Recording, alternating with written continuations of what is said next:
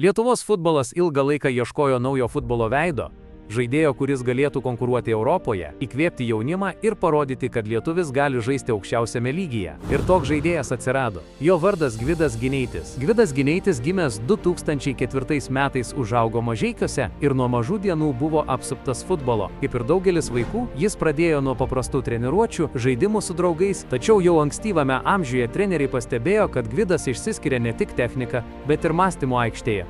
2016 metų vasarą persikėlė į Kauną ir atstovavo NFA jaunimo ekipoms. 2019 metais perėjo į FK Atmosferą, debiutavo pirmoje lygoje, būdamas 17 metų, debiutavo Lietuvos U21 rinktinėje, o nuo 18 metų buvo kviečiamas į vyrų rinktinę. Vienas svarbiausių momentų Gvido karjeroje buvo sprendimas išvykti į Italiją. 2020 metais persikėlė į Italiją. Tai nebuvo lengvas žingsnis. Kita šalis, kita kalba, aukštesnis futbolo lygis. 2022 metais perėjo į FC Torino, pasirašyta 5 metų sutartis. Jis prisijungė prie Torino klubo jaunimo sistemos, kur konkurencija buvo milžiniška.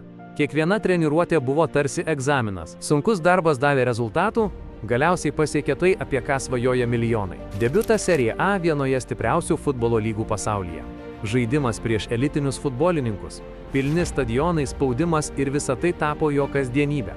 Ir svarbiausia, Gvidas ne tik pasirodė, bet ir įrodė, kad yra vertas šio lygio. Kaip ir klubinėje karjeroje, Gineitis tapo itin svarbiu Lietuvos nacionalinės rinktinės žaidėju. Drąsus su kamuoliu, nebijantis imtis iniciatyvos. Jis tapo naujos kartos simbolių žaidėjų, kuris kelia kartelę visam lietuviškam futbolui. Daugeliu jaunų futbolininkų Gvidas tapo įrodymu, kad kelias į Europą yra realus. Dėl savo pasirodymų tiek klube, tiek rinktinėje pripažintas geriausiu 2024 metų futbolininku. Jis dažnai įvardijamas vienu geriausių Lietuvos futbolininkų, o jo vardas siejamas su lietuviško futbolo ateitimi.